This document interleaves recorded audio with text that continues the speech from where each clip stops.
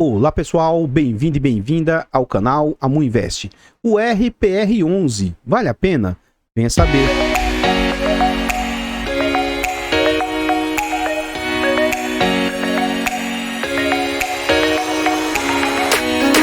Artlist.io. Então pessoal, esse fundo imobiliário que a gente vai falar hoje é um fundo imobiliário do setor de papéis, é um fundo imobiliário do setor de recebíveis. É um fundo que foi lançado aí no mês de agosto, de 2020. É um fundo de base 100. Urca é a gestora, mandato híbrido, e é um fundo com altíssima liquidez, negociando em média 3 milhões e 700 mil por dia. Os usuários do site têm nota 4 de 5. Ele faz parte do IFIX com 1,08%. E é um fundo que conta ali com 9 milhões e 800 mil cotas. Em termos de PVP, esse fundo está sendo negociado a 1,02, o que indica 2% mais caro que ele vale. Então esse fundo vale atualmente 995 milhões e o mercado está aceitando pagar 1 bilhão e 16 milhões. Então o que a gente observa? É um fundo de base 100, cuja cota hoje está valendo 101,03 e o mercado aceitando pagar ali 103,07.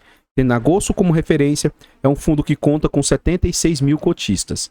Aqui a gente vê as negociações do fundo e percebe o seguinte: esse fundo está sendo negociado atualmente a 103, bateu ali como mínima 101 e máxima de 122 no último ano. O que a gente observa com esse fundo imobiliário? Vou traçar aqui a linha dos R$100, na verdade nem tem R$100, é 101.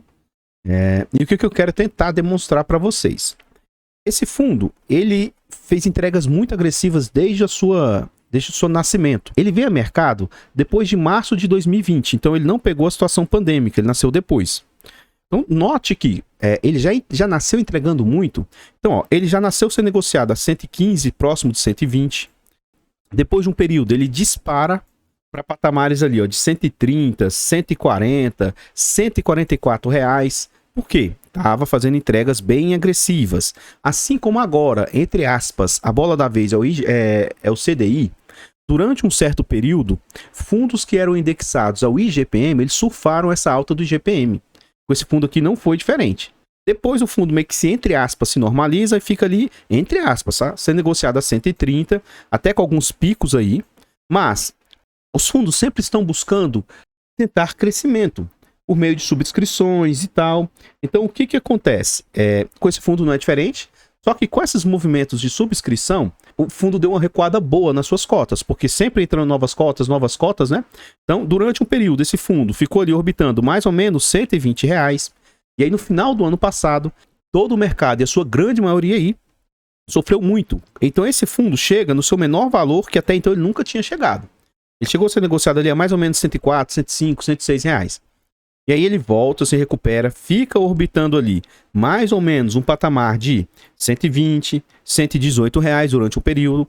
E sempre com essas quedas que você vê aqui, são subscrições que o fundo vem passando. E aí durante o mês de maio, o fundo vem novamente a um vão aí, mais ou menos 105 reais, recupera-se, fica ali 110, 115. E agora, recentemente, corroborou tudo, né? Também novas subscrições, mas também a questão de queda de juros, né?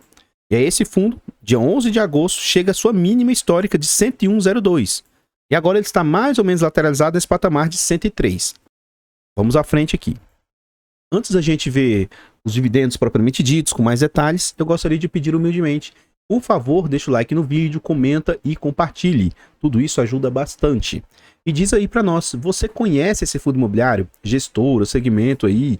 Você já é cotista dele? Você investe no fundo? Você acha ele um fundo muito arriscado? Você decidiu se posicionar? Comenta, que seu comentário é muito importante para o crescimento e desenvolvimento do canal. Compartilhe o vídeo com as pessoas que você conhece e nos ajude a levar conhecimento e educação financeira a mais pessoas. Nós temos a meta de chegar a 15 mil inscritos. Se quiser nos ajudar, se inscreva no canal e ative o sino para ser notificado de todos os vídeos. Temos também a opção de membros. Se vocês quiserem nos apoiar financeiramente, clique no botão azul de Seja Membro de Aderir e saiba mais. A partir de 10 centavos por dia, acho que isso não vai apertar vocês e pra gente faz muita diferença. Tornando-se membro, vocês têm acesso antecipado a vídeos, participa do grupo fechado do Telegram e tem preferência quando faz um vídeo aqui, quando vocês pedem um vídeo aqui no canal. Nós iniciamos o nosso estudo para certificação CEA. Com essa certificação, a gente se torna um profissional do mercado e pode, inclusive, fazer indicação de ativos. Quer nos ajudar a tirar a certificação CEA? Faça-nos uma doação para o Pix do canal, amuinvest@gmail.com. Desde já agradeço imensamente. Aqui a gente vê as entregas do fundo, né? Então, como eu disse lá atrás, ó, o fundo estava fazendo entregas agressivas. Começou com entregas baixas, nesse meio termo aí salta para 1,50 e depois, em razão do IGPM, ó, mais de R$2, mais de R$3, R$2, R$2. Você não via nenhum fundo, mesmo os agressivos, fazendo entregas assim, ó. Então, mais de R$2, R$2, quase R$3 novamente. Então, a gente vê aqui, durante o ano de final de 2020 e o ano 2021, esse fundo aqui fez entregas bem agressivas. Vamos pôr na média aqui, ó, 1,50, mas a gente vê que, na verdade, ele teve mais de 1,50 de média, porque só teve 2 meses abaixo, a grande maioria acima, orbitando R$2 ali. E agora, o fundo está mais ou menos também assentado nessa faixa de 1,60. Teve uma entrega abaixo, mas teve muitas entregas acima. Então, na média, ele assentou-se nesse patamar de 1,60. Eu não gosto muito dessa ideia de ficar fazendo previsão, de tentar adivinhar para onde vai. Isso aí tudo, você só machuca o seu coraçãozinho. Pega o fluxo e vai, sabe? Mas a perspectiva é de que esse fundo não consiga manter R$1,62, tá? Vá por mim, não fique com grandes expectativas, porque todo o mercado de papel vem caindo, tá? E esse fundo eu acho que não vai ser diferente. Talvez ele segure aí mais um mês e tal, mas depois eu acho que ele vai cair para um patamar aí de talvez 1,20, 1,30, 1,40. A gente tem visto aí fundos que eram altamente agressivos, que hoje estão entregando pouco, tá? Pouco entre aspas, né? Por quê? Poxa, nós já estamos com 2 meses de deflação. Com perspectiva desse mês de setembro também ter deflação. Então isso aqui vai começar a impactar os resultados aí, ó. Já tem impactado outros fundos e me surpreendeu positivamente porque que ainda não impactou esse fundo aí. Então, fique atento. Não fique alegrezinho aí achando que isso aqui vai ser um patamar alto e ele vai ser diferente. Não tem como fazer mágica. Então, acredito que em algum momento vai começar a impactar o fundo e ele entregar menos aí. Esse fundo vem num ritmo agressivo de tentativa de crescimento. Então, ele acabou de chamar mais uma subscrição aí, ó, de 200 milhões. E ela está acontecendo agora nesse mês. Entre o mês 9 e até o final do mês 9 aí. Então, mais uma subscrição. Eu vejo isso como positivo. Eu tenho um vídeo antigo do HCTR, na época, que o pessoal estava demonizando o fundo, falando situações que não se concluíram, que não se mostraram verdades, que não se mostraram, né, nesse sentido. E aí uma pessoa comentou nesse vídeo antigo e falou assim: amor, o que você acha a respeito dessas subscrições sucessivas? Você não acha que isso é prejudicial e tal? Gente, se coloca do lugar do outro, tá? Se você tivesse um negócio e você tivesse a oportunidade de crescer o seu negócio, expandir, para que seu negócio seja mais lucrativo, para que seu negócio diminua os riscos, você não iria querer crescer, não? E outra coisa, a gente tem que olhar para mercados consolidados. O nosso mercado é novo. Nosso mercado é neném, é bebezinho. Mas o mercado americano, um só fundo lá, é maior do que todo o nosso mercado. Eu acho que para o nosso mercado brasileiro, dá para ter aí vários fundos de 10 bilhões cada um deles. Então, agora que esse fundo aqui está chegando a 1 bilhão, eu não vejo problema crescer, não. Não vejo problema nenhum mesmo. Agora, é simples. Eu, particularmente, ó, não estou participando da subscrição e não estou nem aí. O que isso vai me afetar? Não me afeta em nada. Se você não está com dinheiro, não quer participar, se você não concorda, basta não participar da subscrição. Em último caso, tá? Se isso te fere, se isso é algo que você não concorda, se desposicione do fundo. Simples assim. Eu não vejo como sendo algo prejudicial, não. Pelo menos, na minha humilde opinião, não é nada demais. Aqui a gente vê as entregas do fundo propriamente ditas. E aqui a gente vê em questão de valores, ó, em 37. Agora, ó, 1,80, 1,60, 60, 1,60, 1,60, 1,80, 2, 1,80, aí 1,20 e 1,60. Então, dia 31 de agosto, para pagar no dia 15 de setembro, ele pagou, né? R$103 era a cotação na época, ele anunciou 1,62. Na época era um yield de 1,56, como a cota recuou um pouco, 1,57 atualmente. E esse fundo vem com incríveis quase 20% de dividend yield acumulado. Esse dividendo aqui, ele oscila, lógico que tem a ver com o valor de cota e tal. Se a cota cai, o dividendo acumulado tende a ser melhor. Se a cota sobe, o dividendo tende a ser menor. Aqui a gente vê que muitos institucionais passaram a se posicionar nesse fundo, mesmo que com pequeníssimas posições.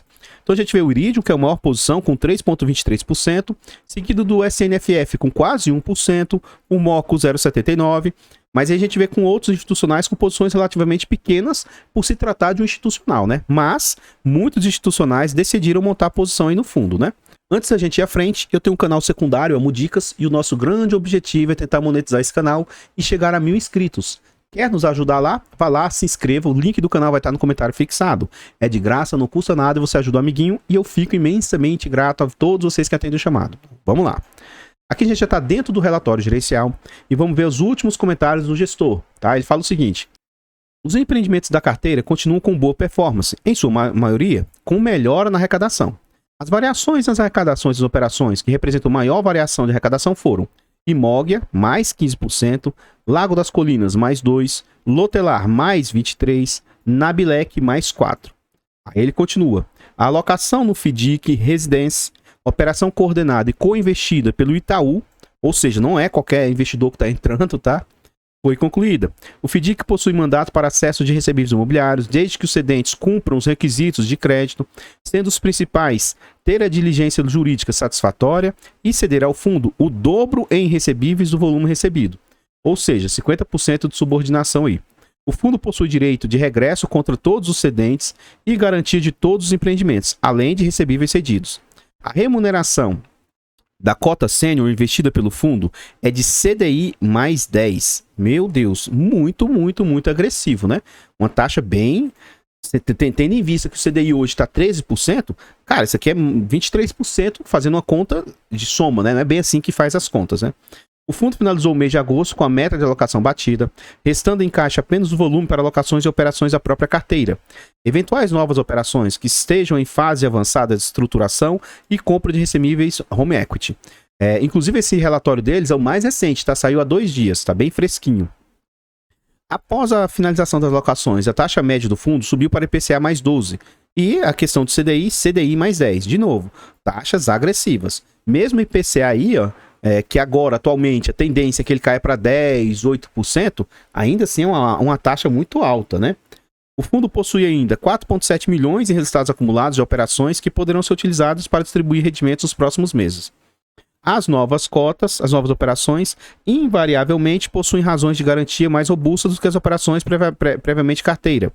Então a gestão empenha-se em readequar o perfil das operações e entregar não apenas uma maior diversificação, mas também retornos e garantias mais adequados a cada momento de mercado. Então, bem interessante, isso me chama a atenção bem positivamente. Aqui a gente vê a DRE do fundo, é um fundo que cobra de taxas 0,25% de administração, 0,95% de gestão e 20% de performance, mas a performance tem que bater IPCA mais 7%. Gente, a gente vê aí o concorrente, entre aspas, né? HCTR cobrando 100% do CDI, fica de lição, né? Poxa, isso aqui é justo. Aqui sim eu vejo o fundo desempenhando performance. Bater uma inflação mais 7%, você tem que pagar rindo uma performance para o fundo desse, porque acho que fez por merecer, viu? Como eu não trago somente elogios, eu faço algumas críticas pontuais quando eu acho que tem que ter crítica. O fundo vê em vários pontos positivos, e isso é normal, infelizmente, o fundo não faz um destrinchamento das despesas. Para fundos de tijolos, as despesas fazem muita diferença quando o fundo não faz o destrinchamento. Para fundos de papel não fazem tanto, porque realmente a maior parte das despesas acaba indo para a gestão mesmo. Mas, provavelmente, não está indo, por exemplo, todos esses 1 milhão aqui para fins de gestão, tá bom? Então seria interessante se a gestão trouxesse um destrinchamento aí das despesas. Mas como não traz, a gente vai ver o que esses 1 milhão aqui estão representando frente aos 19 milhões que o fundo receitou. Então vamos lá. Lembrando que 15% seria meu limite, né? 1,011, que eu vou arredondar para 1,012 vezes 100, dividido por 19,742. Então, em agosto, as despesas do fundo representaram ali 5,12%, bem abaixo dos 15%, eu acho que seria o meu limite aí que eu ficaria confortável. Um ponto negativo, eu não vejo o fundo, mais um, né, no relatório. Eu acho que seria interessante se eles passassem a trazer o semestre, os últimos 12 meses, eu acho que isso aqui seria bem interessante. E também o quanto que o fundo tem de total de reserva, né? Seria interessante se a gente visse aqui. O que a gente observa é que o fundo volta e meia está fazendo bastante reserva aí. Só que a gente não sabe o quanto que o fundo tem de reserva. Então, em razão dessas reservas que o fundo veio fazendo, por isso que eu digo que eu acho que ele ainda consegue sustentar o patamar dele por mais 1 ou 2 meses. Mas não vejo isso sendo sustentável no longo prazo, entregas bem agressivas aí. Um ponto que me chamou a atenção muito positivamente é isso. Quando eu me posicionei nesse fundo, se eu não me engano, ele era 8, 9 ou 12 ativos somente. E uma alta exposição a 3 ativos. Eu não gosto disso. Mas o que eu observei? Que era um fundo que tenderia a crescer muito e diluir toda essa exposição. Então ele tinha 3 ativos lá que representavam, por exemplo, 27%, outro 20%, outro 14%, acho que era uma coisa mais ou menos essa proporção. Então eram 3 ativos com altíssima exposição no fundo. E cada vez, a cada novo relatório, ele vem diluindo cada vez mais isso. Então hoje me chama a atenção o seguinte, ó, aquele residência que ele falou, um FDIC, atualmente representa 11% do portfólio. E a gente vê o seguinte, ó, que o fundo está 89% aplicado. Então pode ser que quando ele aplicar o resto, isso aqui ainda dilua mais ainda. Hoje, com a visão que eu tenho, continua sendo o seguinte, continua sendo 10% o limite máximo, mas hoje eu acho que os fundos deveriam correr para 6%, 7% no máximo de exposição. E se a gente olhar bem, somente 3 ativos estão com exposição, entre aspas, altas. E não é nada assim fora do normal. Então, 11%, 9%, mas os demais já estão num patamar que eu acho interessante, ó, 5, 5, 4, tal. Por que isso, amor? Por que essa frescura sua? Por que isso? Ó, eventos recentes. Betra. O que o Betra está sofrendo muito? Porque a terra dele lá representa 20 e tantos % do portfólio.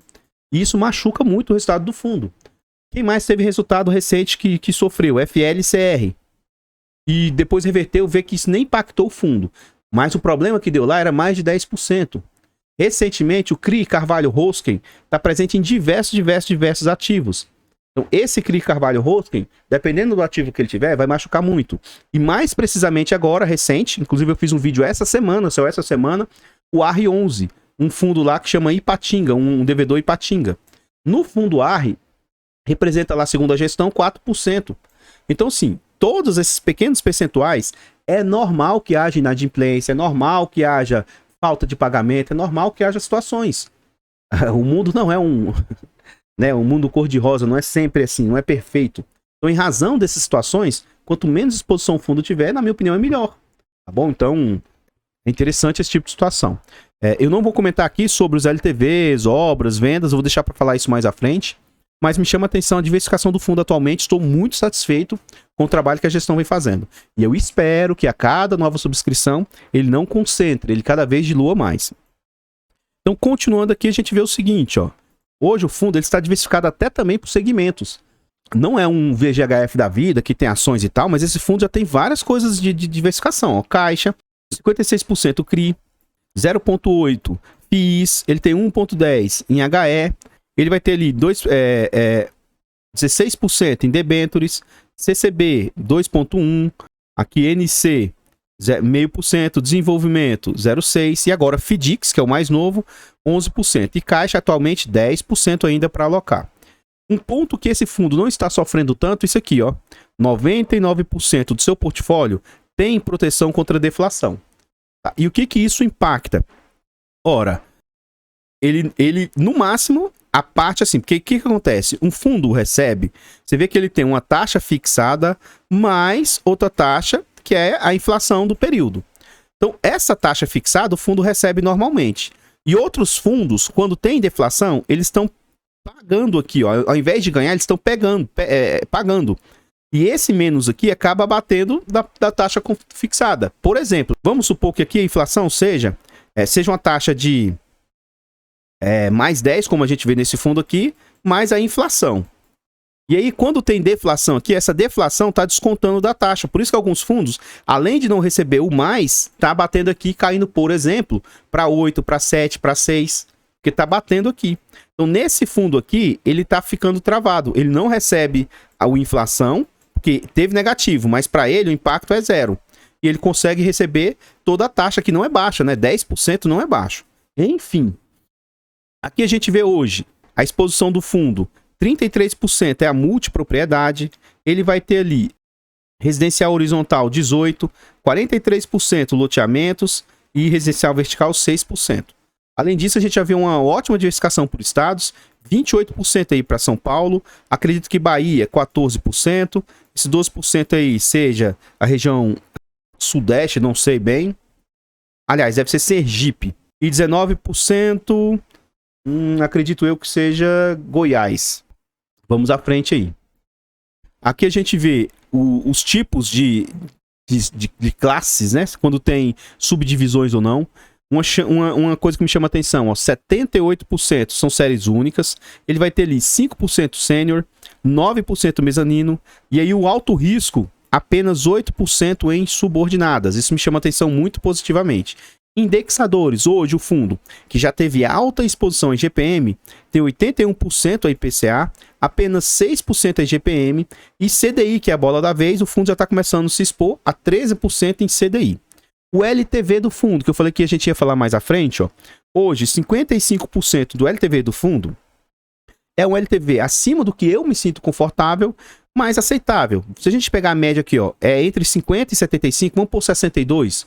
Então hoje, 55% do portfólio do fundo tem um LTV de 62, mais ou menos, tá? O que isso significa? Significa que a cada R$62 de dívida, ele tem 100 de garantias. Então, quanto menor esse LTV aqui, ó, melhor. Tá? E a gente vê que o resto dos LTVs, os outros mais ou menos 45%, são LTVs ótimos. São LTVs aqui, o que acontece?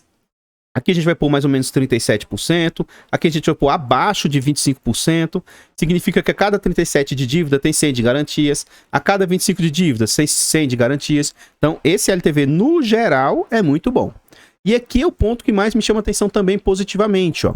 Hoje, quase que 60% do portfólio está com o encaminhamento das obras entre 66 e 99. Ou seja, o risco de obra já é muito mitigado nesse fundo. Porque já está quase que, assim, mais de 2/3 do portfólio, mais ou menos, está com as obras quase que finalizadas. Mais um percentual alto, ó, de 23% com as obras concluídas. E aí ele vai ter ali apenas, entre aspas, né, apenas 14% com obras no início e 3% apenas com obras bem na fase inicial mesmo. Então aqui, ó, já está com metade, mas indo para 2/3 das obras. E apenas 3% com obras bem iniciais mesmo. Então isso me chama a atenção muito positivamente. Aqui a gente vê um ponto que ele começou a trazer. E o que acontece? Ó? Dividendo mínimo esperado, quando tiver 100% alocado, e caso zere a inflação. Ó. Então, no mínimo, eles recebem 97 centavos. É algo muito alto. Mais a inflação em CDI das operações. Então, se zerasse a inflação, se zerasse o CDI, o fundo ainda receberia uma média de 97 centavos. O que para mim é algo muito alto, né? Enfim, e outro ponto interessante aqui, ó, é que eles trazem qual a inadimplência necessária para que seja considerado default no fundo. Então, ó, tem ativos aqui que tem que dar uma inadimplência de 63%. De tão positiva que é a forma que foi constituído o fundo, a dívida, né? Então, hoje a inadimplência, esse fundo começou com inadimplência de 1,51 e atualmente está 1,51. Vamos pegar uma inadimplência alta aqui, ó. Essa aqui, ó, por exemplo, ó, 11% começou, tá em 11% e ele não fala o quanto que é necessário para default. Aí quebrou minhas pernas. Ó, outra, inadimplência alta aqui, vamos lá. A inadimplência alta, ó, 19% de inadimplência, hoje reduziu para 14%. E aí, precisa ter 46 para dar default. Então, controlado, né? Tá tranquilo. Vamos à frente aí. Então, pessoal, o que eu tinha para trazer a respeito do RPR são somente essas informações. Por favor, vá lá no nosso canal secundário, Amo Dicas, inscreva-se e ajude-nos a chegar a 1000 inscritos e monetizar o canal. Nesse vídeo aqui, deixa o like, comenta e compartilha e diz aí para nós. E aí, você gostou desse fundo imobiliário? Você é cotista dele? Você tem cotas desse fundo? Se você é cotista, você entende os riscos que você corre nesse fundo? Então comenta aí que seu comentário é muito importante para nós. Sou cotista desse fundo na minha carteira pública e na fechada. Apesar de para mim ser um bom fundo, um fundo que paga taxas agressivas, ainda assim eu gosto de mitigar risco. Eu jamais iria me expor em demasia a esse ativo, tá bom? Apesar de eu gostar bastante, você vê que na carteira pública é uma exposição até alta, mas de 6% da carteira total. Para mim é totalmente tranquilo. E na minha carteira pública também, o meu limite lá é 5%. Na minha carteira fechada, né? Meu limite é de 5%. Então, sou cotista do fundo, gosto bastante. Mas isso não significa que você deva lá e comprar cegamente. Isso não significa que, no meu ponto de vista, seja para você uma indicação de compra, venda ou manutenção do ativo. Não compre algo porque alguém disse que tem ou porque alguém disse que gosta. Reflita, entenda os riscos e veja se esses riscos estão adequados ao seu perfil. Esse fundo é muito arriscado, porque ele tem ativos com taxa alta. Se tem taxa alta, tem alto risco. Se tem alto risco, pode sim, a qualquer momento, acontecer algum default. Mas default não necessariamente é significado de que você perdeu o seu dinheiro. É significado que durante um período fundo vai tentar receber de outras maneiras. Enfim, por favor, compartilhe o vídeo, ajude-nos a levar conhecimento e educação financeira a mais pessoas, ajude-nos a chegar a 15 mil inscritos. Se quiser nos apoiar aí, torne-se membro a partir de 10 centavos por dia. E se vocês quiserem nos ajudar a tirar a certificação CEA ou fazer uma doação para a carteira do canal, amuinvest@gmail.com é o nosso Pix. Vou ficando por aqui, vou deixar passando mais alguns slides a respeito desse fundo. Eu espero encontrá-los nos próximos vídeos. Fiquem todos com Deus, tenham um bom dia, uma boa tarde, uma boa noite e fui!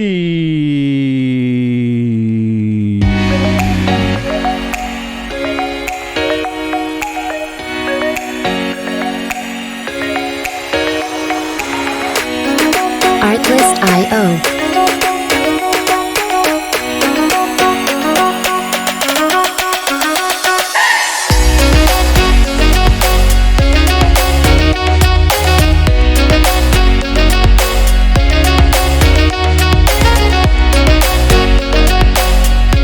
Music licensing reimagined.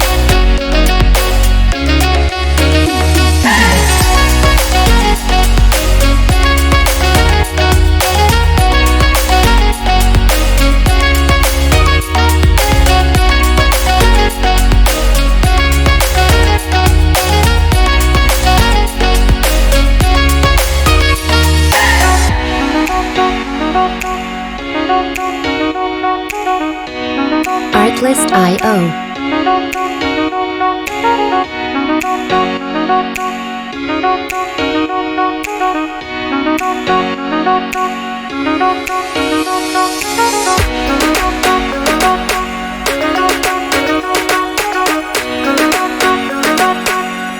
Music licensing reimagined.